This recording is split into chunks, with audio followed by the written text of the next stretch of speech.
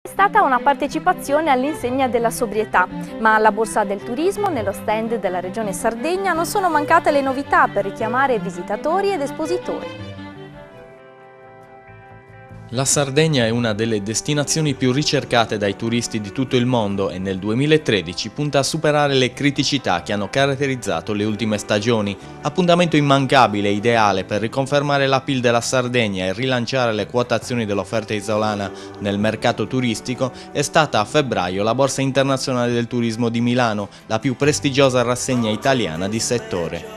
Nel palcoscenico della BIT, con 90.000 visitatori, 60.000 espositori e 3.500 giornalisti accreditati, la partecipazione della Regione è stata improntata all'innovazione, alla tradizione e alla sobrietà. È una BIT soprattutto all'insegna del coraggio e della grinta degli imprenditori affiancati dalla Regione Sardegna per affrontare le asperità del periodo. Però lo affrontiamo non solo in modo consapevole ma anche in modo responsabile ed energico. Portiamo quindi innovazione tecnologica e segni più profondi della nostra identità e della nostra cultura. Sono i due pilastri su cui poggiamo la nostra presenza quest'anno a Milano.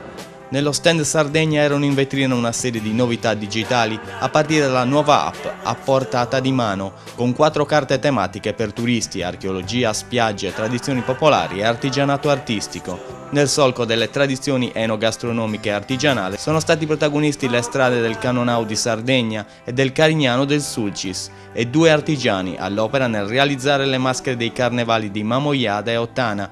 E poi c'è una sintesi di innovazione e cultura rappresentata dalle immagini dei giganti di Montibrama.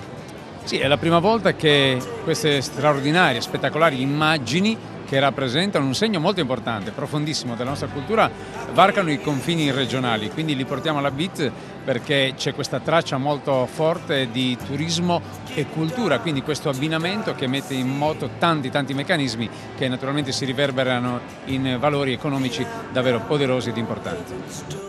Le contrattazioni del Buy Italy, workshop dell'offerta turistica italiana giunto alla 28ª edizione, sono state il clou dell'edizione 2013. Ha partecipato una nutrita rappresentanza isolana composta da circa 150 operatori. In tutto nella fiera milanese 2000 seller italiani hanno incontrato 700 buyer provenienti da 60 paesi. Questa partecipazione così numerosa da parte degli imprenditori sardi in questa sede nel nostro stand regionale, ma anche nel workshop, quindi nel B2B, nel Buy Italy, diventano un segno di necessario affiancamento, di supporto e soprattutto dell'individuare insieme una linea, una strada che possa essere quella di riuscire finalmente ad uscire dalle secche della crisi. In evidenza a Milano 2 dei prodotti sui quali la Regione punta con convinzione: turismo religioso e turismo attivo. Gli itinerari dello spirito della Sardegna entrano per la prima volta nei circuiti nazionali e internazionali del settore. Un passo decisivo nella promozione del segmento in Sardegna, coerente con il progetto strategico della Regione di valorizzazione del turismo religioso. Infine il turismo attivo. La BIT è stata occasione per promuovere il prossimo evento in programma a Bosa dal 12 al 17 marzo, la 4ª edizione della Borsa Internazionale del Turismo Attivo in Sardegna, BITAS, cioè l'evento che ogni anno promuove l'isola come meta ideale per un turista che ama vivere da protagonista la vacanza in perfetta sintonia con natura e ambiente.